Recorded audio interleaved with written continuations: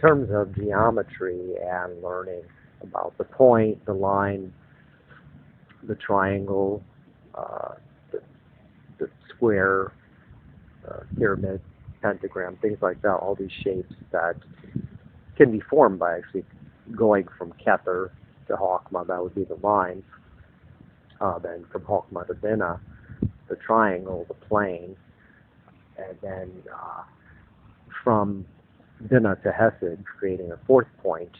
So we have the beginning of 3 dimensions. And interestingly, when you enter the sphere of Hesed after Binah, the color is blue, and after that it's Gebra, which is red, like on the old 3-dimensional glasses.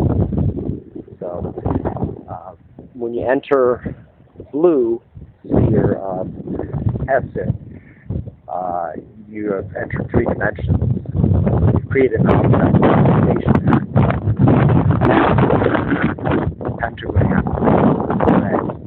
red, Gebra, indicates motion, like the legs and arms.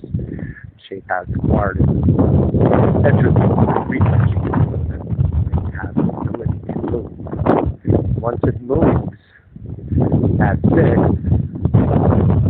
and this is a very long illustration, not terribly scientific, the consciousness enters that 3-dimensional shape at 6.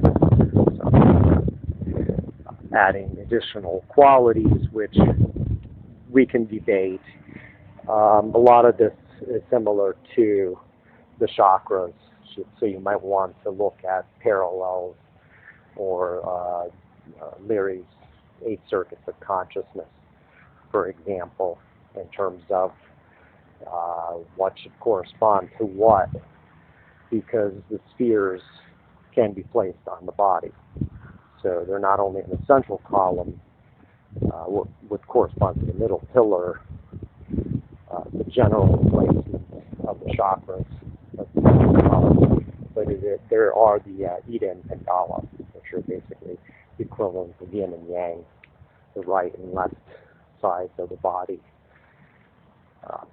So the tree of life incorporates, you can say, the arms and legs as well as the central column of the body.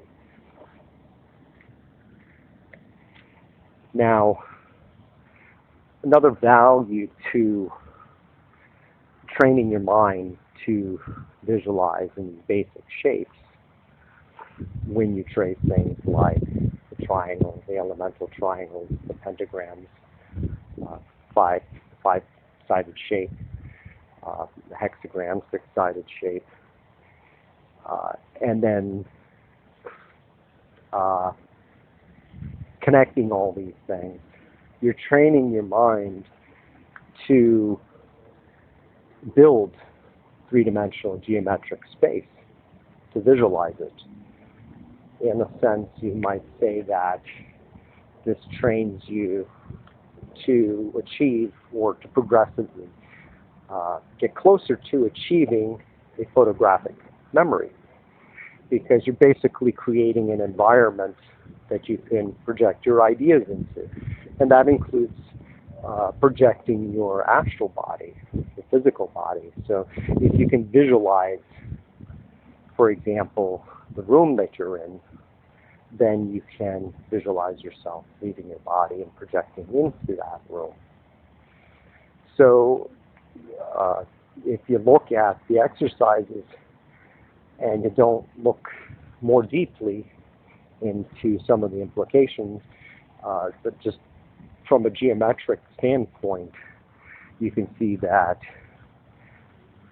doing these types of exercises trains your mind in visualization and being more precise at visualizing. So if you wanted to create a room, it's a cube, and that cube consists of 12 lines in that image, generally referred to as the cube of space.